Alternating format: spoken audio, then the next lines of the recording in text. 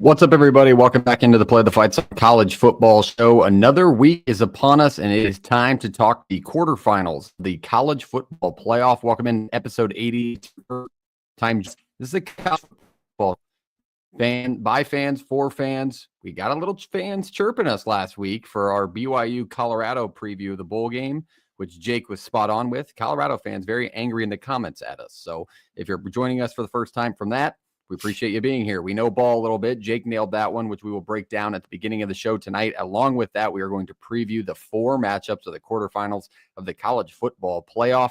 Round 1 was a little bit of a disappointment, I would say, for a majority of fans, but sort of expected from a majority of people. So we will get the guys' thoughts on that. Before we start tonight's show, let's hit the like button. Let's hit the subscribe button and remind you to take a look at our special sponsor, No Rivals, shopnorivals.com, and use the code PTFS at checkout on all of your premium collegiate headwear with unique designs. Check those out today. Buy a hat. We'll cover the shipping for you. PTFS is that code. A bunch of new designs, a new team dropping here very soon, which I'm very excited about. And you can probably guess who it is with the helmets behind me. But nonetheless, we appreciate you being here. Boys, how we doing tonight? Let's talk to JP first. JP, give us your thoughts tonight's show. Let's start down by breaking bowl season down, how you think it's gone. Obviously, your team loses earlier today to Mizzou, but in general and those thoughts altogether. I think bowl season's been good for what it is, right? And the fact that you've probably gotten a decent amount of good games. I think more noteworthy games than blowouts.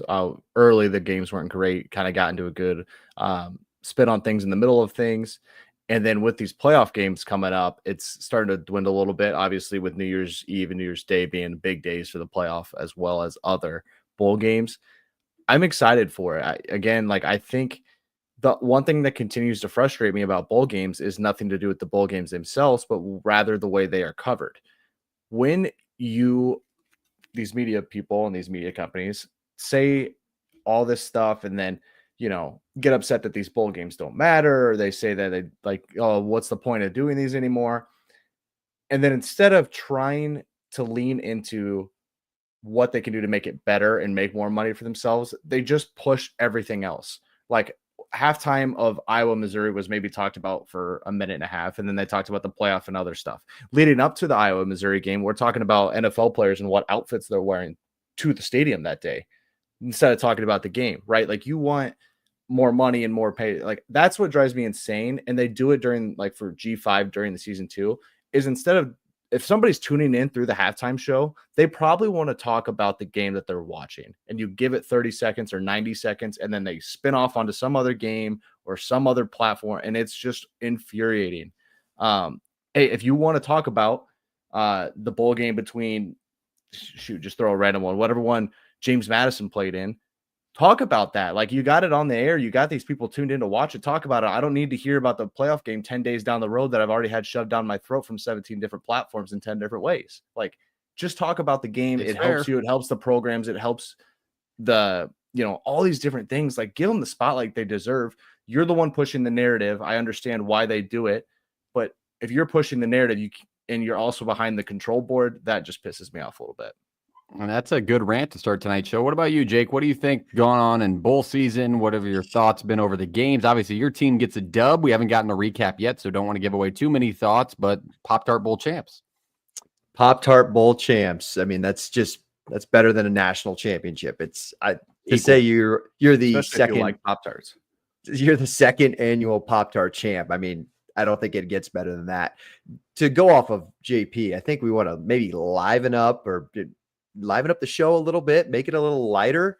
I understand kind of the presentation, and Colin lets us know in the comments that they did barely talk about the actual game. It is brutal to watch that. Like, I agree 100%. You want to talk about the game that you're watching, especially if you're tuned into halftime. Everybody turns the channel at halftime. So if they're still watching, they want to talk about that game. I get that, but can we acknowledge, like, I think the games have been fantastic, and Yeah, I agree. can proudly say that I think I've watched every one, at least 75% of them, and degenerate, included or not. But it's just been, I thought the games have been awesome. We've had what, 4 overtime games, I think. Roughly. And there's been a few upsets, a lot of some G5 teams, actually a pretty good chunk of G5 teams beaten P4 schools this year. And I think that's just a lot of fun. So the Pop-Tart Bowl, I thought, Iowa State bias aside, I did think the game lived up to the hype. We can talk about the Cam Ward stuff or whatever have you. Just I thought the game in general was really entertaining for a lot of eyes on college football to be on it that day when there was no CFP games on Saturday. Yeah, but then can you throw it back to me so I can do my thing too now, Jake?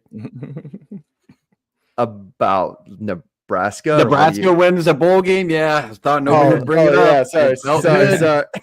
Yeah, felt good. First time since before I could drive, I get to watch Nebraska win a bowl championship. We were talking about that when I was watching the game. It had to have been probably the most viewed trophy presentation on ESPN Plus of all time. The Bad Boy Mowers Pinstripe Bowl. Yes. Of a non-college football playoff? No. They had the Pop-Tarts one on ESPN Plus. Everyone wanted to watch the Pop-Tarts. No. I'm telling you, I watched the Pop-Tarts one live on ESPN. I didn't flip over to ESPN Plus. And I watched the guy jump in the toaster. What did they choose? They chose brown sugar cinnamon or cinnamon toast crunch. Cinnamon roll. Cinnamon roll. Yeah, yes. cinnamon roll. Cinnamon roll. I said this in the group chat, but the Pop-Tarts Bowl is everything that's great about college football bowl season, all wrapped up into one. Like gaudy mascots, the end of the game, Iowa State makes an interception to end it. You look at their just gigantic pile of players celebrating who have worked all season to be there, and the wild berry Pop-Tart is smack dab in the middle of it. There is nothing better than that in sports. I don't care. Super Bowls, families, it doesn't matter. We had a wild berry Pop-Tart in the middle of the celebration. And that's what college football is about. So that was awesome. But Nebraska gets it done. Hopefully I'll get a chance to make a recap video on the season and that. But we got to give JP, I know you were giving him some slack for starting the show on a poor note, but the guy did just watch his team lose like less than 2 hours ago. Yeah, so we got to give him. So wait, can I ask you, are you actually like pissed about the result? No. I went into that game understanding what I wanted to see. I wanted to see Jazz Patterson. I wanted to see Kamari Moulton. I wanted to see the running back room, who I think played great. I think the problems with the offensive line wasn't offensive line issues. A lot of it was Sullivan's inability to stay within the pocket and make plays. Like he got out of the pocket quick and a couple of times or extended the pocket and just put his offensive lineman in bad spots. I think the most alarming thing right now to me is I truly don't think that team has the guys on defense anywhere. Not in the secondary. They're not on the defensive line. It's a real there's a fork of the road right now for the program. You don't have the guys on campus. How many seniors are you? How many seniors are you losing on that defense? It's like 7 at least, right? It's a lot, and it's a lot of big time names, and there's just not guys there to fill those holes right now. So that was the most alarming thing. But I think I was more upset with just like why losing to Eli Drinkwitz. Yeah, he drives me losing to Drink.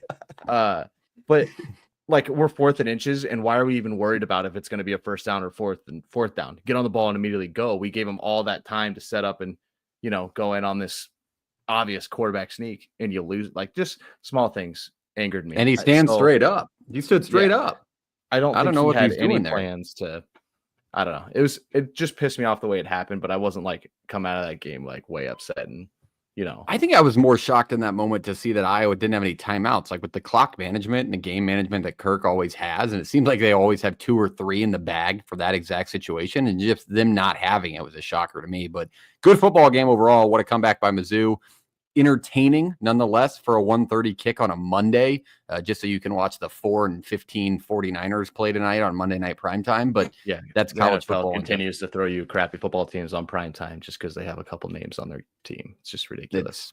Another fair point. We're going a little negative at ESPN again, but they deserve it for what they've been rolling out. I know they're not buying this show. That's for sure. Go ahead. I was going to ask before we change subjects. Do we have our favorite bowl game so far that we watched? That was the next subject. I'm super bummed I fell asleep. Well, I had money on A&M, so I'm not super bummed, but I'm pretty bummed I fell asleep for that USC A&M at finish because that was awesome. I don't think and that one was good. I think there were better ones. I just need to refresh myself on. I feel like we've had 1,000 of these things already. I know it's awesome. How'd you guys spend your Christmas Eve? Probably not screaming at the TV like me. Yeah, Memphis, West Virginia was great. Ohio, Jacksonville State was also great. Yeah, that one was South both. Florida, San Jose was good. I mean, I think Toledo my Pittsburgh was favorite, good. I think one of the best viewing pleasures nobody's talking about is the Holiday Bowl was just pure entertainment. I mean, 52 to 35. Even Syracuse ends up covering as an 18-point favorite. It was just nonstop action with Gus Johnson being able to call it. It was just an ideal situation for what the game turned out to be. So that was fun. Syracuse did not cover as an 8. I got them at 16.5, but they closed at 18. They won by 17. Yeah. So ouch. The board had 18 it was a brutal backdoor if you took the 18. Ouch. I did see their celebration too. He's going to be so successful there. Brown's going to be so successful there. It's awesome to see that. But that was entertaining. What other ones what did you think, Jake? What was your favorite? I mean, I think I have a soft spot. I thought the Bad Boy Motors Pinstripe Bowl was a little bit of an exciting. It was just an exciting that was the game. Best. That might have been the easiest under bet or just bet I've ever made in general. Well, did you see the field? Exactly. Like, people didn't factor in the field was going to be terrible. I knew Grayson James was playing for freaking Boston College, and I'm like, oh my God, they're never going to score. But then it was like, there's a couple times Nebraska had some bad turnovers, which was huge. But I was like, whoa, we got to slow down just a little bit. It was the block punt that killed him, but Boston College simply could not run the football. They just could not do it. I was going to say, the one I was disappointed in, or maybe not, because I did have BYU, but the Alamo Bowl, it was a big spotlight. Wish it would have been closer just for the conference and for the guys who were playing, but I'm not super bummed out that BYU kicked their ass. Like, I was disappointed and I wasn't disappointed. The fan side of me was smiling in my heart, but in the other side, I had picked Colorado. JP had picked them to put up 50 points. They came nowhere near it. They had 0 at half, but it also factored in. I saw the videos that have come out after of like Travis Hunter not waving to fans on the way out of the Alamo Bowl. What a week for Travis Hunter. I don't know. We don't need to go fully into that, but that kid's on the struggle bus. Yeah, but it's what it is. You win the Heisman and people get into your lives. I will say, lastly, you were a true sicko if you were watching the Monday before Christmas Eve. Those were some sick games. Coastal, UTSA on the teal at 10 a.m. And then the Fresno Northern Illinois game. Speaking of Huskies, he's not necessarily a Husky, but Northern Illinois and Fresno for the Idaho Potato Bowl and on the blue turf. That was disgusting work on both sides, both having a chance to hit 30-yard field goals and then missing them and then going into overtime. The Coastal Carolina blowout in their own crib is it's an embarrassment to watch. They didn't have anybody. They had everybody opted out, but yeah. Then if you know that's going to happen or there's a suspicion, like, give yourself a bid anywhere but your home field. That just can't happen when you roll home. Coastal fans I follow on Twitter were all pissed off because did you know that the people who have whatever that bowl game's called, the people who run the bowl game didn't let them tailgate like they normally do for regular home games. Like, there's regulations and there was like, I don't know, a certain like amount of time you could get to the stadium and things like that. And the people were like, it's a home game, like screw you, which I think it is also. Yeah, it's like, all right, these bowl games are ruining the fun for the fans. I mean, we can barely get fans to show up to these games in general. Not only that, but it was 11 a.m. on a Monday. Like, if they took off work, let them sit in the parking lot and drink a beer. Who gives a shit? Did you let them get just absolutely hammered? Right? What's the point of trying to lock them down? Take anybody that is willing to come to your Monday 11 a.m. kickoff game of 6-6 and 7-5 teams. But it's a good point there, JP. I'll let you give your closing thoughts if your dog will let you on bowl season or any games that stuck out to you. Apparently, just hit a spurt of energy and just wants to find something to mess with. So I'm following him all around the room. I'm really excited for these second round games because if it continues to go the way it did in the first round, and I think 2 of them for sure won't do that. I'm not going to say I told you so, but I'm kind of looking forward to saying I told you so because this is exactly what you would expect. Jordan, stop. You know what I mean? Come on. I mean, I will say, I'm going to start siding with Jake here. It's a lot of negativity out of the left corner tonight. It's not Yeah, negative. we It's gotta just we a gotta fact. refer. We'll get to it. We'll get to those. And this is coming from a guy Any who picked a lot of underdogs to cover in the first round, and it just didn't happen. I I thought this picked year would be I picked all very, underdogs, yeah, I thought it'd be but Notre Dame. a very close year with talent wise and all these teams, and it didn't work out that way in the first round. Go ahead, Jake.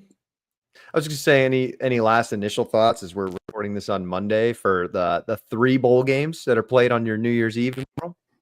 Yeah, there's I think some they'll be ones, good. too. No, there are good ones. I think the one that intrigues me the most, South Carolina, Illinois. I know we have some opt-outs on both sides, but just to watch Altmaier, who's already announced that he's coming back to Illinois for another year, which is huge news because of how good he was for that offensive unit. I think I like the Big Ten SEC matchups have all been good, so I expect nothing less from this matchup. So I think that one sticks out to me most. But I mean, another one, Michigan, Alabama. I don't. What do you lean on that one, Jake? There's part of me who thinks, does Michigan even score 10 points? And then there's also part of me thinking, does Alabama even want to be there? Like how much, why have we not heard a single word about Jalen Milroe? Like he's playing from everything I've heard, but like out of all the big name quarterbacks, you've never heard his status on if he's playing, is he going to the draft? There's been even little rumors about him maybe staying in college another year, getting a big bag, kind of like the Cam Ward route. So that I have zero read on how that game will go, but I think the result at the end will be like, yep, kind of saw that coming. But to piggyback off of Illinois, South Carolina, 2 teams who've had great years, exceeded expectations, and I think a win for either program is going to be a big lift into next year. Specifically, South Carolina, who I think they're thinking playoff next year. I truly think that. Some of them are still pissed they missed it this year, which is understandable with all the first round games win. What do you think, JP? Any games that stick out to you tomorrow before the CFP? And mine would be Illinois, South Carolina, just because I think Illinois is building something there, and South Carolina obviously is as well. It's 2 coaches that people like for the most part. 2 brands that don't necessarily get the recognition within their perspective conferences or specific conferences. So I'm pumped to watch that one. It's just another Big Ten SEC thing. And for the majority of it, I feel like we're getting most everybody playing. There's some opt-outs like Pat Bryant. Yep. But I think it'll be a good one nonetheless. Sun Bowl we haven't even mentioned that one. Could be Louisville, Washington. The most underrated. Yeah, could be the most underrated game of the day. A lot of points. Point spread's close. It's kind of a pick 'em. That could be fun. And don't forget if we're going to mention them, we might as well mention them all. Don't forget Dave Aranda's squad, who he had a job saving finish to their season. And they roll up 8-4 to play an LSU team who's had a massive portal overhaul in good terms. Like they're going to be really good next year. Nussmeier announces he's coming back, but that Baylor squad's coming for 9 wins and nobody really knows about them. So everybody kind of stopped watching after the Colorado Hail Mary. So would agree. Would be huge for the Big 12, and they're playing really good football. They are. I think the SEC has taken probably the most hits online for how they performed in bowl season, and they'll tell you opt-outs or bowls don't matter, but it is a nice little wide awakening that there are other teams and other conferences out there outside of even the Big Ten and the SEC. So I like those games being competitive. The ACC has looked brutal all bowl season. Yeah, the ACC has looked bad across the board. The ACC just had a rough year, if we're being honest, all the way. That's a fair play. And Washington might just add to that with the Louisville game in this. So I can just see that happening as well. That just seems like a game to me that Washington's going to handle from the start and really put the finishing touches on the people's hatred of the ACC, and Florida State being terrible does not help at all. But all right, that's bowl season. We talked a lot. We kind of rambled on about it, but we got to talk about the bowls because they all matter. We cover them all here the best we can. We posted a bunch of previews over the break of all those games. So check those out if you haven't gotten a chance to. Obviously, you know the result, but still see our breakdowns and see how accurate we were. Drop a comment on those. Drop a comment tonight, and let us know what your favorite moment of bowl season was. We're always interested to hear what the fans are watching, what they like about it, what they hate about it, what needs to be changed about bowl season, because it's not going anywhere, and it's huge for the sport, huge for G5 programs. All right, with that, go into the college football playoff previews. That's why you're here. That's why we're here. We're going to break these one down. Let's start with tomorrow night. Let's go New Year's Eve. This one is going to be what everybody's waited to see. Can the G5 compete in the 12-teamer? Penn State rolls SMU at home to reach this spot in the Verbo Fiesta Bowl, VRBO. That is Airbnb's counterpart, if you're not familiar with the brand, against Boise State and Ashton Jeanties, the People's Heisman. This one is at 6:30 p.m. tomorrow night on ESPN in Glendale, Arizona. Probably going to have the roof closed, but it's going to be 72 degrees if not. And Penn State is a double-digit favorite at 11.5. I'm not sure what it is. That was last night's. Let's break this one down from the top. Yeah, let's start with Boise State here. The big David versus Goliath. Can Boise State get it done, or at least, I think, in G5 terms, compete? This is going to be super interesting, and it starts with Ashton Jeanty. Listen, he's been really, really good all year. We're not going to diminish who or the competition that he has played. He's seen good defenses like the Oregon Ducks, where he had a lot of success. But defensive-wise, I think this Penn State group is elite. I think Oregon's great.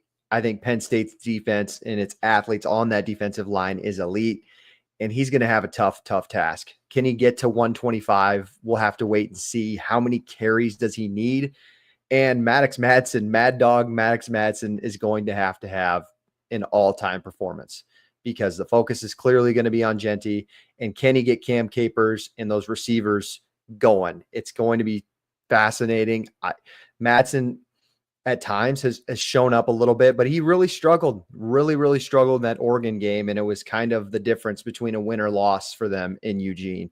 So I think it starts with the quarterback there. On the other side, the Boise defensive line has been really, really good. I would like to see them stop the run for Penn State, but not a lot of teams have done that this year. If that's got to be their focus, if it starts defensively for them. Yeah, it's a good place to put it. I think when you talk about the People's Heisman, my Heisman, Ashton Jeanty, 132 yards away, and I did some looking back on this Penn State team.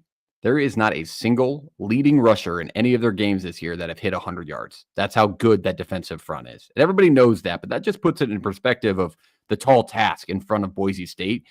And we talk about it all year long, and we previewed Boise State games outside of the college football playoff. They get in trouble when they have to throw it 30 times. That's when they get in these, why are they playing close with UNLV? Why are they playing close with Colorado State? Games like that, that's the reason why. This is a really tough matchup for them with this Penn State defense. I mean, both offenses are good. I will say that. And obviously, Jeanty sways those stats a little bit, but they're both 20 category across the entire country, except for red zone scoring, which they're both around the mid-30s. But nonetheless, still really good offensive units, which means the outlier here to me, because we've watched Penn State teams do it against elite talent, including Ohio State. The close one they got to 100 yards was Quinshon Judkins. Yes, comparable to Ashton Jeanty, 100%. Is the Boise State defense is the outlier here. Can they limit the pass? Because the only category that any stat popped out in was Boise State giving up 369 yards a game. That's in comparison to Penn State's 280 yards per game they've given up. So they're going to have to limit the pass. Aller's been more consistent through the air. He's made a lot of throws. Obviously, being at home last week helps him, and having the run game that Penn State's had all season sets that up for him a little bit. Boise State really has to establish a ground game. Same thing on the ball. But I think the Boise State defense is the main focus here. If they can limit the run game, which nobody really has been able to do, and make Aller make some mistakes, that's when we could have a competitive ball game here. But I just really don't know.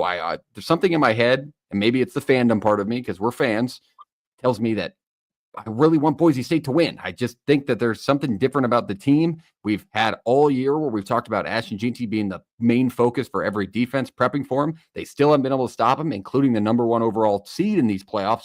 So what's going to be different with Penn State? That defensive front is probably better than Oregon's nonetheless. So I think that's the main key to look out for. And that's where I see the game. What do you think, JP? Yeah, I just think it's tough to say that Madsen's going to be able to step up and make a ton of plays through the air, because he's going to have to make some. And it's not just him, right? He's going to have weapons on the outside that do that for him. And Penn State's shown that they're good in the secondary as well as along the front four. Yep. So I think that's the bigger worry, right? Is if they can get theirs on the ground, like maybe they're not getting 5 a pop, maybe they're getting 3.5. So they're doing it fine, but they're not really explosive with it, right? he's got to make a couple plays, and he's talented enough to not turn it over. But are you talented enough to make a couple plays here or there that make a difference? And you need help, like I said, on the outside. I just think Penn State matches up well in that aspect of things. Maybe it is possible that, like Singleton and then get the run game going so much, just plays low scoring and slow, and that plays into Boise's hands. If they can somehow just not make, Drew Eller look like the one that played West Virginia and make him just look a little stagnant, a little tougher. Obviously, conditions when they played SMU changed the way he kind of looked in that one, but it's gonna come down to how slow does this game go? Because if it's quick strikes from Penn State through the air or on the ground, I think it gets out of hand.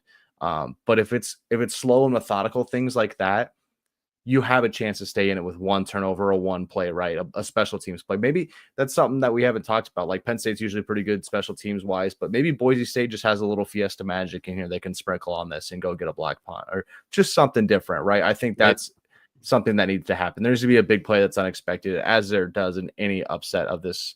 And I'm saying of this magnitude based on brands, not based on point spread and the talent of these teams.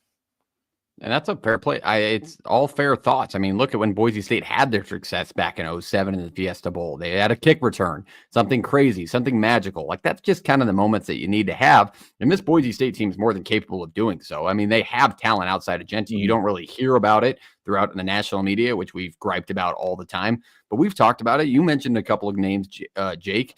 But this game, it's got the groundwork to be good, but with the first round, it always triggers that little thought bubble in the back of your head is, are we going to get another 30-6 or 30-7 start? And you're going to be like, God damn, here we go. I really think it needs to be slow for Boise to be in this one late. Like it's got to be slow, grinded out, like what we're expecting from Notre Dame, Georgia, to get this one done. They can't get in a shootout and they cannot turn it over. It's just got to be slow and methodical.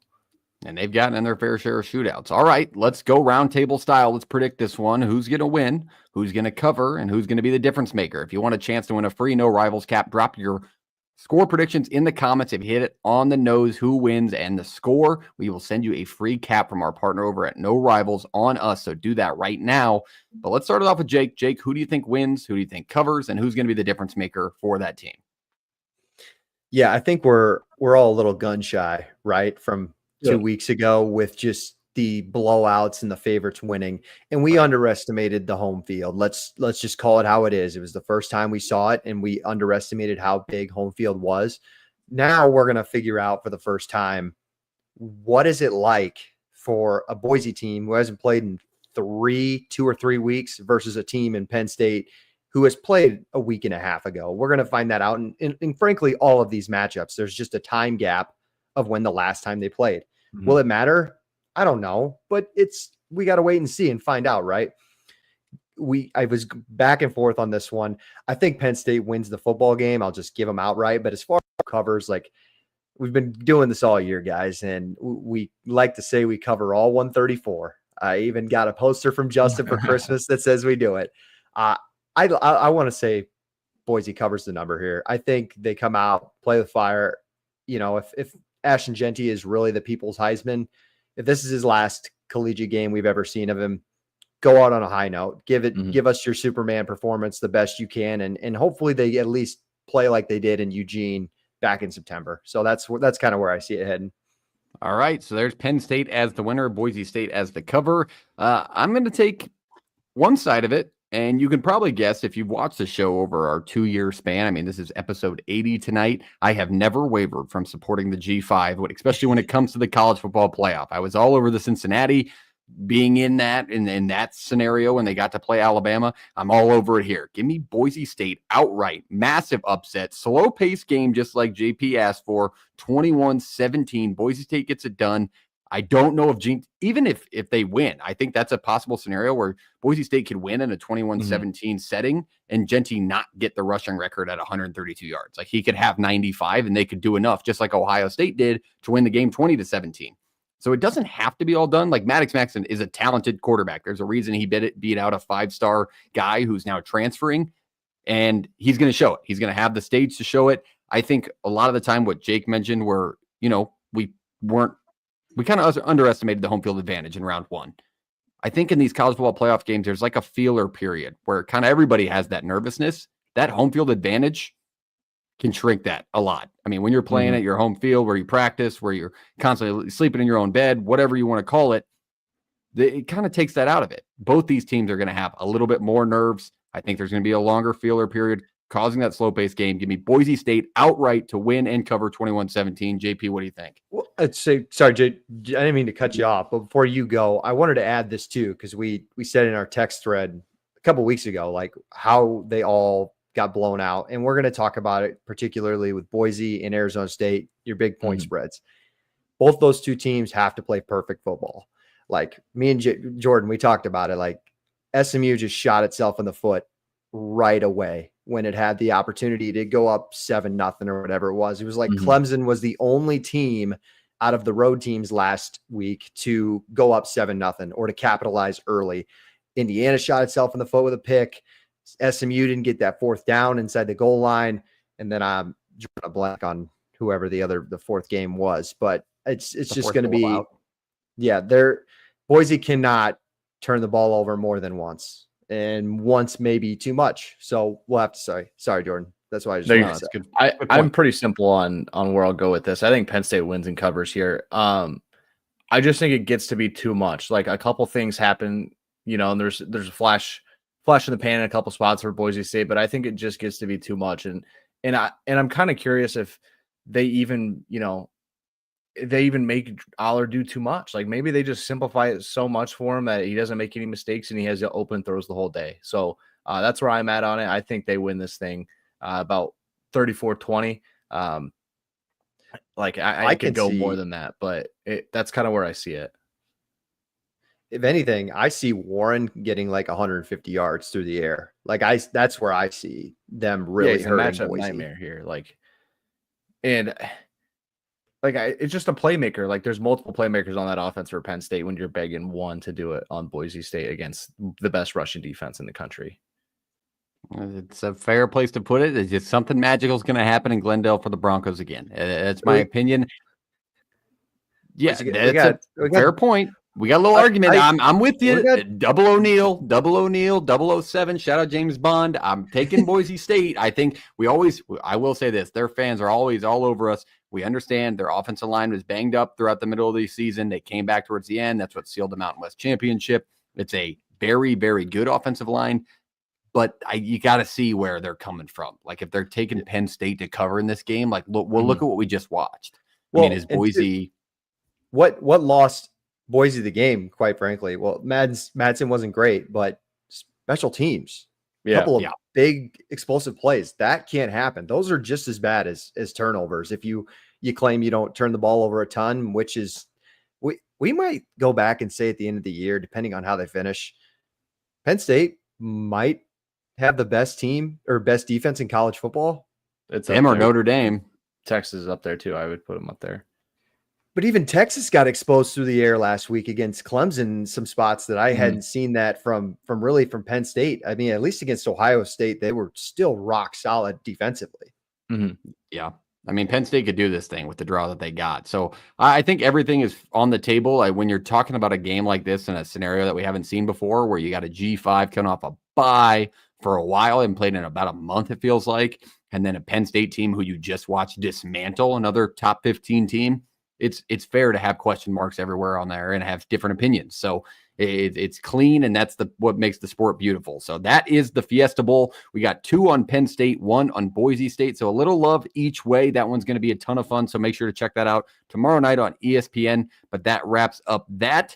And we'll seal us in the semifinals. Let's move down to the next one. Let's go to the Peach Bowl. This one is going to be a lot of fun. The Texas Longhorns facing the Big 12 champion, the Arizona State Sun Devils, who were picked second last conference. Here they are with Cam Scadaboo looking to make an upset, a double-digit upset again, I might add, in Mercedes-Benz Stadium. I know we have the road to Atlanta down there. And I'll tell you what, having a game in Atlanta to get to Atlanta, that hurts. That hurts the brand a little bit. So they're trying to get back to where they're literally at.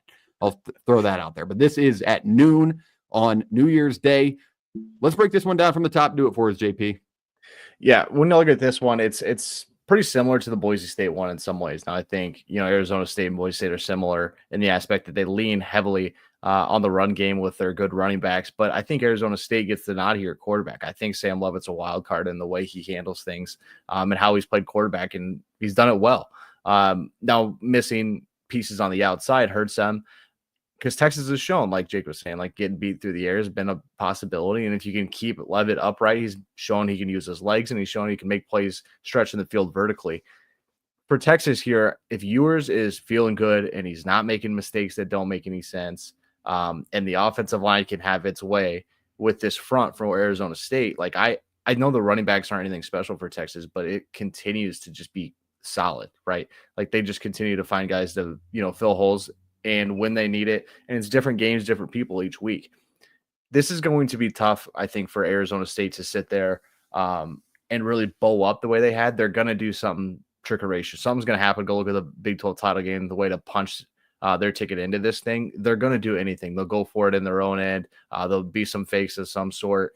There's going to be something there that Texas needs to be prepared for, because if you're caught sleeping or, just kind of going through the motions in each series without kind of thinking things through, it can get you, and flip a game. It could be 14-point swing pretty quick if it goes that direction.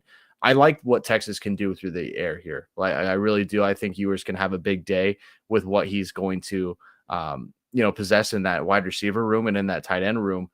There's a real possibility here that he can get into his own, have time in the pocket, not feel too pressured, and kind of pick apart things and take what he wants out of this defense. And that's what he's best at.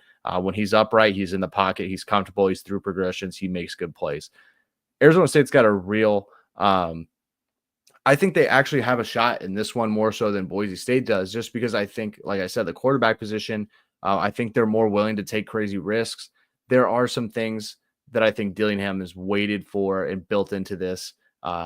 And maybe onside kicks, just weird things can happen here. And I think they're really banking on chaos in this situation, because Texas hasn't done well in chaos, right? In some spots when Texas is under pressure, I'm a fan of this Texas team. I have them, I think preseason is my national champion or in the national championship. There are some things that they can do when they're under pressure, whether that's on offense or needing something late, having to drive and make a play defensively. They haven't done, right? Look at the SEC title game, look at the Georgia game earlier in the year. I think it is one of those things that, like, if you can just shake them a little bit and get them a little rattled, they can get off kilter, and Texas is vulnerable in that situation. Yeah, and it's all a fair breakdown, especially what you say about Texas defense and what Arizona State needs to happen. I believe Jordan Tyson's playing, correct? To answer the question that dropped? I No, have not out? seen any. Yeah, I've not seen think anything he blew that that thing up, man. He's playing. Yeah. Okay. His shoulder or whatever it was. Yeah. Well, I we do not still expect him to seen play. outside of that, we still seen offensive weapons for that group that have for panned sure. out to There's be guys that stepped up. Yeah. absolutely, and not to mention one of the best running backs in the country, if not the best, one of the best, I should say for sure. But he's in competition to be the best in Cam Scattergood. That offense runs through him, but nobody likes to talk about Sam Levitt and what he's done coming from Michigan State. He's got a chip on his shoulder, a lot of swagger to him. Earlier in press conferences this week, he kind of got after him. He said he can't wait to show the world that he's a better quarterback than who's on the other side. And that's Quinn Ewers, who's on the cover of a video game, one of the biggest names and faces in college football, being at one of the biggest brands. But we've seen a bad side of Quinn Ewers pretty often. Yes. Has he been banged up? Absolutely. He's been banged up. 100%. I understand that. But we've seen the bad side of him in the interception category, where he's thrown 10 this year. We've seen Arizona State take advantage of an Iowa State team that threw a couple of interceptions, and look what that happened to that game. I think Arizona State really needs that to happen to beat this talented Texas team, especially with the defense they have. So they need to get the ball in plus territory, because like JP said, they're going to go for it in weird situations. Yeah. They're going to go for it on 4th and 7 when you wouldn't expect them to. They're not going to settle. They understand kind of the team that they are and what it's required for them to win. So I like him in that spot. I just think it's a disrespectful take to see him as a double-digit underdog like this. It's almost like we're seeing it against Boise State. I can understand it more because of how the national media and the past has gone with G5 schools. But this is a Big 12 school, man. They played a Big 12 schedule. They played one of the better G5s, or what was expected to be and was at the time in Texas State. They're battle-tested. And it's a team that's playing with nothing on the line, really. Like, it's all gravy from what they did. They're in the spotlight. Like, this team was picked second to last within their conference There is absolutely nothing they're not going to leave on the table, and it's just going to build for this program in the future. I like him in this spot against the spread. I like the offensive weapons that they have, but I'm not blind to the fact that Texas is one of the best defenses in the country, but Arizona State's not too shabby themselves, only giving up 20 points a game in a conference where you're kind of used to everybody putting up 40. So it's still a good group. I think a lot of people are going to be able to wake up to the fact we've seen Texas get hindered by a ACC champion in Clemson last week through the air. They put up 20 points. They were competitive throughout the game. Arizona State's the team that can hurt you if you give them a couple of extra opportunities. So mark that down and look for Quinn Ewers to make those mistakes. And all of a sudden you got a hell of a bowl game here in Atlanta. What do you think, Jake? Yeah, to GA's comment, also shout out to GA. We get our first Our comment boy. from our AWL of the week. Jordan Tyson had The year. Yeah, of the year. He had surgery on that shoulder. So he's definitely out, and apparently With technology nowadays, he's playing. I didn't He's know playing. I didn't know how he could come back next year. That's demoralizing thinking about Iowa State right now. But yeah, anyways, it's poetic that, you know, Texas has to play a Big 12 school in this 12-team playoff, and it happens to be one of the newcomers. It's not even an original Big 12 school.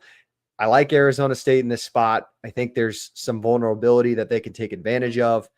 Iowa State really challenged those receivers into making plays with Tyson being gone, and they took the challenge. Like Gilroy was fantastic. He's going to have to make plays like the Moore kid did for Clemson a couple of weeks ago. But you mentioned the defense, Parks, for ASU. It's a defense that really thrives on turnovers and momentum. And like JP mentioned, like going for it on fourth down in your own territory and stuff like that. So I think if you're Arizona State, game plan, you want the ball first, go and try and get some points, set the game up for your defense to go after it and set the tempo. I can't remember the kid's name, safety for them, number 7. I think he's still out because he had that cheap shot on Rocco. But man, when he gets in, dude, he lights the wood. So I think Arizona State's, I don't know. I don't think they're afraid of Texas. I think they're going to come out and try and punch them in the mouth. They're playing for nothing. There's no pressure. The last thing I would say is Sam Leavitt's, he's got to extend plays with his legs again, like he did against Iowa State. Has to. It's going to be critical against that really good Texas defensive line. 100%. All right, let's do it. Let's go roundtable style and predict this one. Texas and Arizona State in the Chick-fil-A Peach Bowl. Who's going to win it? Who's going to cover? And who's going to be the difference maker? JP, I'm putting you on the spot. Yeah, I'm going to go a little lower scoring here. You know, I kind of my whole spiel about what Texas has the ability to do through the air, but I didn't say, you know, Ewers has had the turnover problems he has, right? And that's a possibility if a team's good at turnovers. Usually the luck stays on your side, and or you're just creating enough chaos for that situation. I'm going to go 27-20 here. I'm going to take Texas to win it, Arizona State to cover. Enough chaos, enough big plays to make something happen. Just lacking, you know, the star-studded on the outside to make a difference. A crazy play down the stretch, you know, that changes the game late. But I think in the best uniform matchup of these quarterfinals, this might be the most fun. And we got 2 good ones after it, too. There better be a Sparky sighting. I'm saying that. I put him up here for a reason. It better be a Sparky uniform out there for Arizona State, especially when they win. When they win the game 31-28 on a walk-off field goal, all hell's going to break loose. The brand's going to get bigger. And yeah, that's my prediction. I think this offense is underappreciated. This school is underappreciated. What Kenny Dillingham has done has gone under the radar because of what Cignetti did at Indiana in the Big Ten. They're just as good. And I think they're better on the offensive side of the ball. And I think they're going to prove it to the world in a Power 4 conference like they rolled through it in the back half of the season in this spot. 31-28, walk-off field goal. That's my prediction. And I think Sam Leavitt will be the difference maker, extending plays with his legs, just as the boys asked. What do you think, Jake? I don't remember the last time I've really pulled for a non-Iowa State team in a college football game this hard. I really, really want this for a multitude of reasons for Arizona State, and mostly the Big 12. It's okay to say that. You know, it does. It is. And just for college football in general, I think any non-SEC fan wants to root for Arizona State on Wednesday, because for everyone's respect outside the SEC. That being said, big like Max Duggan TCU vibes. I think this is going to be a high scoring game if they're going to want to win this. So 44-38 Arizona State. I like it. I like it. So you're asking for the Max Duggan against Michigan vibes. We're not Yeah. asking for the game that No, followed. yeah, not against This is Georgia, not that Georgia which team, by the way. no, Oh God, no. it's not even close. So There's no team I'm in this okay. playoff like that Georgia team. I would Just throwing agree. that out there. Yeah, But good all point. right, Hadn't been that one in is a the while. Chick-fil-A Peach Bowl, trying to get back to Atlanta for the national championship. Those two teams are. Let's move it down the line. Let's go to the next one. Let's go to the rematch in Pasadena, California. Ohio State and Oregon finally get to match up again. We thought we'd see it maybe in the Big Ten title. How about down the line, just at the Rose Bowl? A little bit of bigger stakes on the line. Oregon coming off the bye, obviously. Ohio State coming off their thumping of Tennessee and Columbus.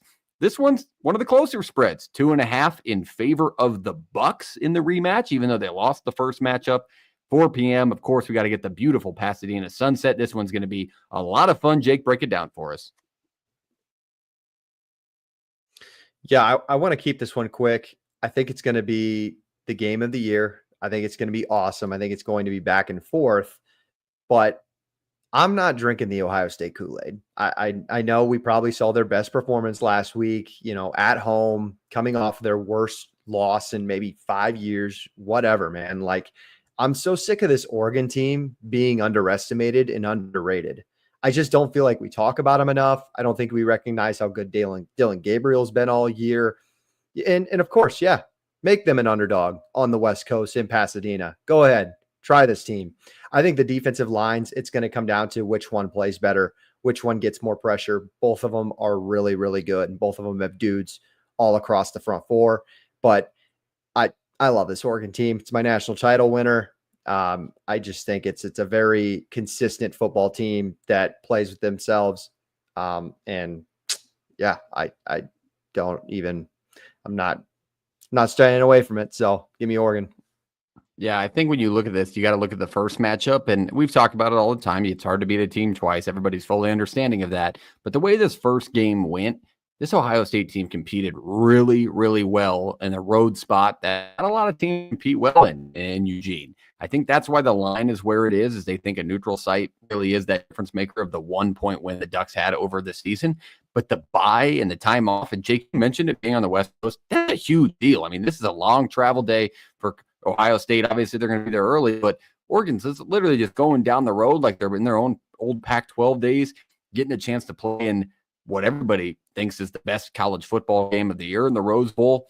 And I couldn't believe that they were an underdog. I really couldn't. Coming with the rest time that they have and what this team's done all year. Yes, you want to talk about Ohio State. They look great last week. But did anybody on the opposite side of the higher seeds look great? No. I mean, did they play a middle of the road Tennessee team? Yes, 100% they did. So I don't want to overhype what Ohio State did, but I also want to appreciate what they did because they were really good on the defensive side of the ball yet again against not a star-studded, but a talented Tennessee offense. And you're facing a star-studded offense and that you've gotten burned by before. It's one of the few games Ohio State's given up over 17 points in the last 4 or 5 years. I expect them to do it again. I love the weapons on the outside for Oregon. Evan Stewart's been really good in the back half of the season. Him as a downfield threat, and we've seen the secondary issues that Ohio State has had throughout the season.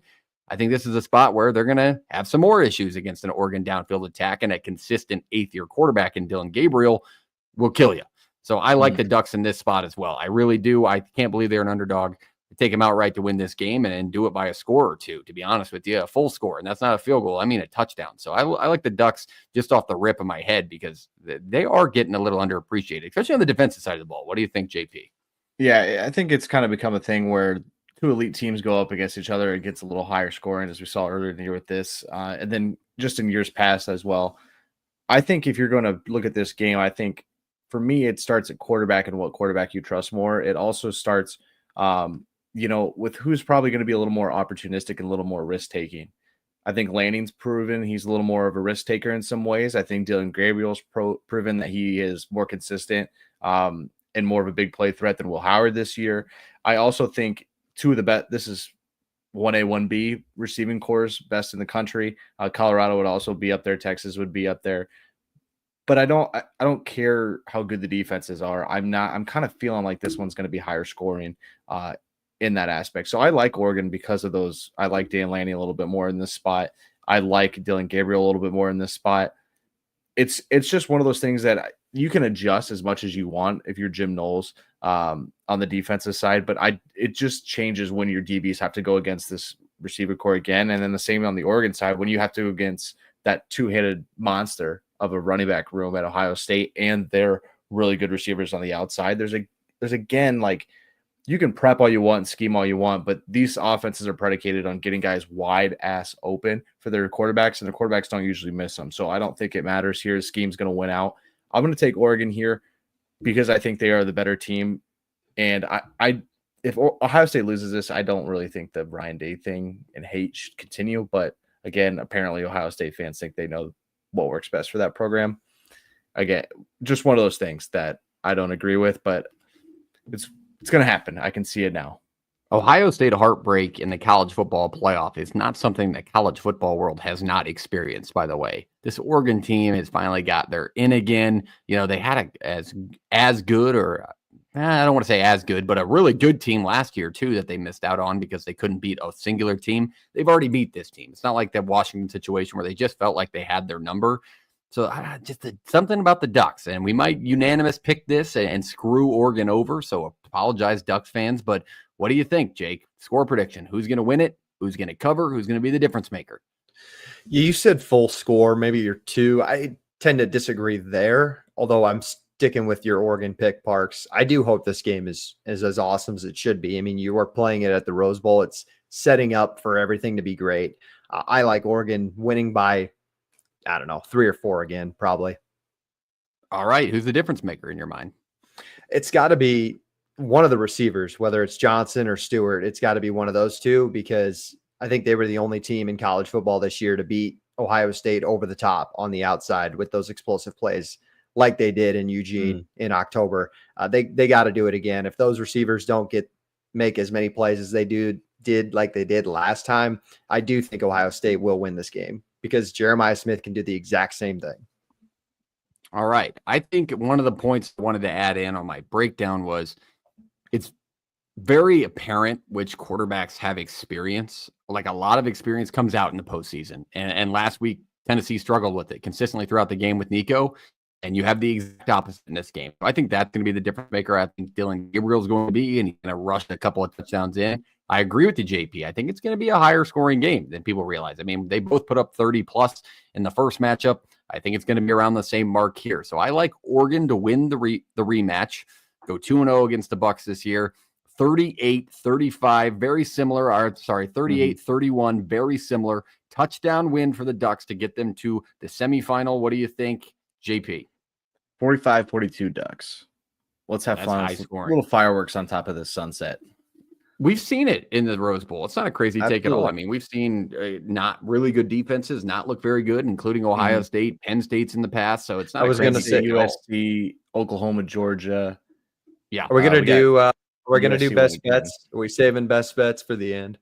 Yeah, best bets for the end. We got one more game to preview, and then we'll get all of that. Normal show, Jake. Nothing changes just because the college football playoffs here. Come on now. You know we always cover our best bets, especially when we've been rolling like we have. But all right, let's go to the last one. That is the Rose Bowl. Let's talk the All-State Sugar Bowl in New Orleans. Let's talk Notre Dame. Let's talk Georgia. This one's 7:45 on ESPN as well. The closest spread of do this one. Okay. Closest spread of all the games here. Georgia, 1.5 point. Basically a pick 'em. This Notre Dame defense looked absolutely elite against a really good Indiana offense. Georgia's got a lot of question marks, and I'm sure Jake will tell you about them. Break it down for us. Is it because I wanted to hear your Notre Dame stuff. I was curious. While it's been a little bit homerism, you can't say that I haven't been wrong on this team yet this year, right? Like, I mean, we kind of you probably picked them against NIU, so you've been wrong. No, I took NIU spread as my dog's dog, Parks. I did. I got that one sealed in my memory, Parks. You thought they were going to win? Not win, but I did think they were going to come to the 28. You're wrong. With Notre Dame, there's actually is concern. Like, this team just cannot escape the injury bug. It hasn't been brought up enough. The injury to Riley Mills is just detrimental for this defensive line, because I think it's going to be a battle of defensive lines again, just kind of like the Oregon-Ohio State matchup. The interior of the defensive line for Notre Dame, it is really, really good. But now you lose one of the best in Riley Mills. I got to look it up. Maybe I will when you guys are talking. Like, are we going to see Howard Cross finally come back? He's been out for a month. He was suited up in the Indiana game. Now that Mills goes down, where they just maybe they were going to play it by year and see how the Indiana game goes, and they were going to throw him in the second half. I hope he's at 100%. I hope he's ready to go for this Georgia game because they're going to need him now. On the other side, like with the offense, Riley Leonard, I mentioned it the last time we talked about this team. He's one of the best escape artists as far as quarterback play in college football. But this challenge against this Georgia defense, man, it's going to be different. And can he just stay upright for 4 quarters, taking hits? Because he's going to have designed runs too. It's just going to be the most physical game he's probably ever had in his college career. I'm calling out Jordan Faison, Bo Collins, Chris Mitchell. Like, these are wide receivers from Notre Dame. One of you guys has to have a big day. Maybe it's Mitchell Evans, the tight end too. We'll have to wait and see. And then I think the team who runs the ball the best is going to win. I know I just said we need to have good wide receiver play from Notre Dame, but it's still going to come down to who runs the ball best and who runs the ball most effectively in order to win this Sugar Bowl. It's a place to we can talk about the one glaring thing I thought we'd talk about, and that's no Carson Beck, who recently declared for the NFL draft, but Gunnar Stockton coming in, whether or not it's a good quarterback. Of course, he's a good quarterback. He's playing football at Georgia. He was a high-star recruit. But like I just said, the experience matters. And in a game like this, against a defense like this, who, whether or not they've had bigger injuries on the line, they've had injuries all season. Like Jake said, still haven't wavered from being an elite defense. Like, they're so well coached schematically. They simplify things, and they're always in the right spot, forcing turnovers. And that's what really kickstarted that Indiana ass whooping that they just put on them. And I think they can do the same because of that inexperience at quarterback for Georgia. And if you want to talk about running back battles and whoever runs the football is going to be the winner of this game, I'm giving the edge to Notre Dame too. I love the Irish in this spot because of how good that defense has been all season long, despite the injuries. And because of the question marks on Georgia, like we've talked about all season, is there a standout guy like Georgia's had, like a Brock Bowers, that they won those national championships with? I don't think this is the year for the Dogs. Is it a great spot for them to shut me the hell up and for Notre Dame to fold again in a huge spot? Absolutely. So I could see it going either way, but I really do see it in a Notre Dame favor. I want to talk about the guys you mentioned, Jake. Faison for Notre Dame, that's an elite little receiver there, a little pesky guy who just finds himself open. And how good has Riley Leonard been down the stretch? I think he's going to be really good on the ground. We've seen Georgia struggle with teams that have quarterbacks that can run throughout the entire season. Look at the Georgia Tech game and what Haynes King did. Look at Alabama and what Milroe did in that game. So I really look for Riley Leonard to get it done on the ground in this game, make an impact with his legs, and be the difference maker. So I like Notre Dame in this one. What do you think, JP? Cross does look like he's going to play, just from what I'm reading. And apparently he played a little bit against Indiana, and I missed that. I didn't see him come in. I'm sure it was right before they were up 30-7. Yeah, probably. Yeah, like for this one, like it kind of, you have to stop yourself. And I've caught myself a couple of times looking at it and being like, okay, we've seen this logo in this spot before, and we've seen this logo in this spot before. Now they're meeting up, right? And I think the big difference within this is that Georgia isn't the same up front, right? I think their offensive line is fine. The defensive line's fine. It lacks playmakers and game changers. I think they also don't have that insane piece in the middle of the linebacking core that can wreck things. I think in the years past, they've had just dudes in the middle of this defense. And that's all well and good that they're not as good as they usually have. But I think when you look at Notre Dame, right, it's the confidence they have in this offensive line. Like this is the most confident I think I've seen them in their offensive line and their defensive secondary in a multitude of years. Like even when they've played on bigger stages, I don't think they've been this confident in it. And I don't necessarily think that, bringing in Riley Leonard this year versus a Hartman last year makes this team that much different. I think it gives them more options on how they can do things. But I think if you're going to ask Riley Leonard to go help you win this football game, it starts and stops kind of in what you ask him to do. You cannot ask him to sit in the pocket and be a pocket passer and make all these plays. You have to let him be him, improvise. The run game's got to be solid and consistent. And you just kind of have to go that direction. I think not that both teams are protecting their quarterback in this situation and from making mistakes, but it kind of feels like they have to. They can't let, you can't let Stockton beat himself. You can't let Riley Leonard beat himself. Like, these aren't guys who throw the incredible deep balls. They don't have cannons for arms. They're fine through the air, but you have to kind of let them be themselves and guide them into a win in some ways. So I think the big difference here is that the utter playmakers on the defensive side for Notre Dame is a game changer, right? Just game wreckers in some spots, and just dudes on the outside that cover a secondary for Georgia that already struggles to get open and make plays. In most years, we've had, a couple options with Georgia to make plays, whether that's at the tight end position, the running back room's a little bit deeper, or they have playmakers on the outside. And I just don't think they have that this year. But you always will look at these two logos and be like, seems odd that we're biting, taking the bait again on this and biting into it. But I do like Notre Dame in this spot. And so I think Notre Dame wins it, but I'm not liking this one to be pretty at all. Jake, I see the reaction out of you. I got to expect that we are all thinking the same here. So we're going to have Bananas pick, and it's going to. We're all on the same page at like every pick. That's good. We know ball. We watch the sport. Ask Buddy in the comments last week. Our boy GA's here for a reason. So let's break it down. Who's going to win? Who's going to cover? Who's going to be the difference maker? Do it for us, Jake. Okay. Don't change it now. Think about it. No, I won't. I'm not going to change it. This feels like the Texas-Georgia game to me. And even though Georgia's a very, very slight favorite, it feels like Georgia is getting underestimated in this battle. And that always makes me nervous when Kirby Smart is the underdog. And that is very, very rare because he will use fuel to the fire. Underdog. Yeah, right. But that being said, I think give the edge to the quarterback. I think Notre Dame's defense is something Georgia maybe hasn't seen yet this year, just physicality wise. It's going to be a slobber knocker, man. This is going to be a low scoring, ugly game. And I hope it's a good one. Call it the best game ever played. Yeah, probably. But you know where we're going. You know where I'm leaning. Give me the Irish. All right. Who's going to be the difference maker in your mind? You got to name one player. It's basic, but it's got to be Riley Leonard, right? Just because of what he can do with his legs. If it was just some really good prolific passer, it would be one thing, but he brings so much to the table running the football. I think Jeremiah Love and Jadarian Price are going to have a tough day. I really do. So Leonard's going to be huge to use his legs.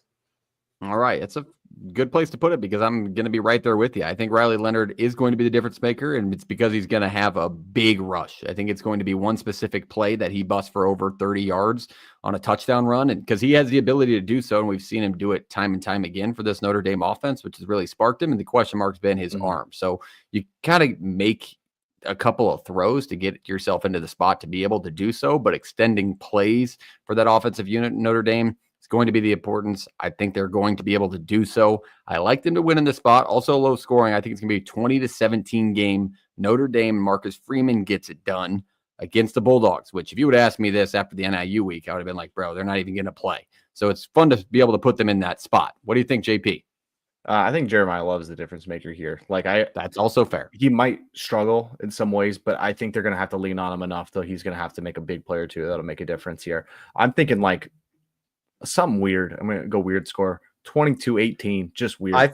I thought 13 point conversion things change. Yeah. 13-16 was my score. Just get a little weird with it. Something's got to happen here. If we're going to play some low scoring playoff games, and it's going to be like this type where both teams are just beyond physicality, something weird's going to happen. Somebody's going to have to go for two. Somebody's going to, what's going to happen.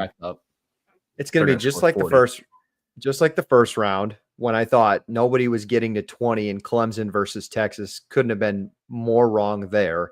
Ohio State, Oregon is going to be like 20-17, and then Georgia, Notre Dame is going to be like 45, 30, 35, 38 or something. Hey, that would be. Would you take that? Like, would you be like, that sounds fun? Or would you like those flipped? Would you like to be expected? I mean, we'll get to best bets in a minute, so probably not. But it would be fun to watch this be a high scoring game. Yeah. It's college football. Expect the unexpected, except for if it's round one of the playoffs, I guess, for majority of people. But all right, that is all of the games. Everybody on Notre Dame against the Bulldogs, which is a fun change of events from what we probably thought at the beginning of the season. But here we are. The college football season is wrapping up. We only have probably less than 15 games left if you probably put it on paper. So enjoy it while it lasts. But that is all the previews of the quarterfinals of the college football playoff 12-team format, the first year of it. Let's go on to best bets and the dog's dog. If you have one, I guess it's kind of hard to force them, but you may have one in a bowl game for this week. Let's do it. Jake, you've been itching to do it. Give us your best bet for the round 2 of college football playoff era. I wasn't considering the bowl games being in my best bets, but I'll leave them if you want, man. No, I mean, it's your best bet, Jake. There's no ifs, ands, or buts about it. What's the best pick? You must take it if you're listening. I could go either one, but we'll just do Oregon, Ohio State over. I think you know where I'd go with the second over, but let's just say Oregon, Ohio State's over. I like another one, but I'm sure somebody else has it. Okay, well, maybe they don't. JP, what do you think best bet for this week, bowl games or college playoff? Lay them with Baylor. Yeah, I like that. That's a great pick. Sick 'em. I'm going to, and I understand Pat Bryant's out, but give me Illinois. This is my best bet and dog's dog, hand in hand, plus the 9. We're just going bowl games here. Hey, bowl season, baby. They all matter, and they're a little bit easier to tell, I guess, because we were all heavy on the underdogs of the first round of the playoffs, so might as well not touch it, I guess. But I like Illinois, plus 9. I think they lose by a touchdown, but 9's a greasy little number, and I trust Luke Altmaier in the way he's been all season. What? I like 10. I don't love 9, but that's 9.5. I'm seeing. You're just pushing for a push, I guess, because I think even a touchdown is more likely than the 10 point for that Illinois team in the way they can play. Okay. I guess if you guys didn't say it, then I'm going to say over Arizona State, Texas, over 51. Over 55.5 was the Oregon, Ohio State one. I don't think I mentioned that. All right. That's a lot of trust in Arizona State's offense, but in your breakdown, that counted too. So that is a lot of points that you're expecting. Correct. So this one, we got a late prediction. So that score from Haas, Outdoors and Wildlife, that means you think it's going to go into 3 overtimes. We're talking 2-point conversion level overtimes. Well, no, not necessarily, because you could go for 2 in second and double overtime. Okay, so you tell us, Haas and Outdoors, you think it's 3 overtimes, or you think it's going to be 2 and somebody gets a 2-point conversion? Okay, it's going to get weird, guys, if it's that close. He started a good topic. How pissed, if that prediction happens, how pissed would the national media be that Boise won on a 2-point conversion over Penn State? How you think people bitch about college football? The world would light on fire. Herb Street would have the worst day of his life. All right, so there it is. He does say it. 3 overtimes. Three overtimes is the prediction. So I like it. That's the fun way that Boise State would have to win this game, and I'm on board with you. I think they're going to do it. Speaking of Boise, from everything I've seen, a lot of points for Penn State's defense. Everything I've seen on Twitter, Boise's got a really good crowd down there. Oh, I hope G5 fan base, elite G5 fan base. I mean, you got to be. If you're in the state of Idaho and that's your one Division I school and they're that successful, it's got to build a following, right? Well, let's not throw shade at the Vandals. Very good school. But I'm saying they play FBS football. It's a little bit different. They chose to go down. That's all I'm saying. They're also a successful FCS program. Yeah, I mean, I like the prediction. It's a lot of points and would be very, very fun. Also, Boise State just announced a $300 million expansion to their athletic facilities today. So they're investing because they are where they are. Was a junior to go away. The team was a junior college. What was it? 30 years ago? 40 years ago? Look where they are now, Boise. Shout out Oklahoma. Look where Oklahoma's at and Boise State's at. Who would have thought after the 2007 season where these teams would be in 2024 going into 2025? I love it. But all right, any dog out there outside of the best bets that you think are barking enough to take them? Yeah, I think on Twitter tomorrow. Oregon. Yes, I'll say Oregon. No, well, I was dumb enough to take me and you, Parks. We took every underdog. So yep, I wasn't going to say it because it felt like a curse, but I'm an underdog guy this week. Clown knows. I liked Illinois. Parks. I didn't want to double dip on that, Parks. Yeah, here, let's get out from under our mics so I can clown nose us.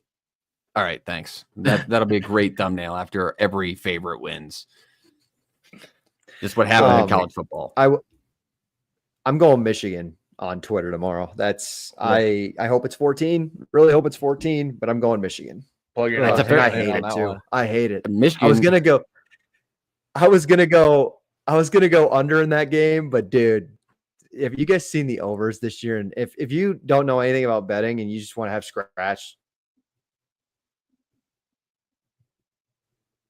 like it's, I don't know, it'll hit. Did Broncos did you hear that crazy. pick, JP, or did he completely lag out for you there? I thought it was my computer, and so Nope. I did not. It hear was everybody. So repeat what you just said, Jake. Your Wi-Fi is finally kicking out through your travel holiday season. Nobody has any idea what you said.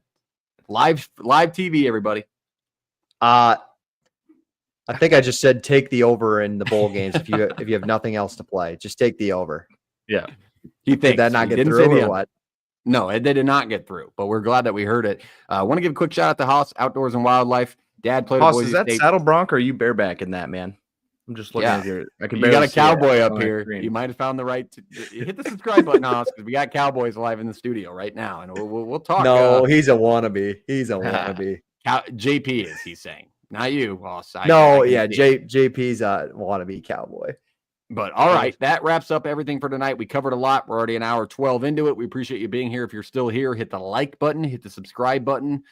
Friendly reminder, college football matters. Bowl games matter. Every team needs to be represented, and we do that here. And they also do that over at our good partner, No Rivals. ShopNoRivals.com. Use the code PTFS at checkout. Haas Outdoors and Wildlife. Get over to ShopNoRivals.com. Check out the new Boise State collection. Awesome. It is absolutely fire. And use the code PTFS at checkout on all your premium collegiate headwear. Tag us in a picture when you get it, Haas. We'll retweet it. We'll post you out there. We appreciate you being here. We appreciate No Rivals. We'll see you next time, our next live, where we'll be talking the semifinal and the college football national championship so very soon. We love you. We'll see you next time. Jake, take us away. Happy New Year. Let's play it.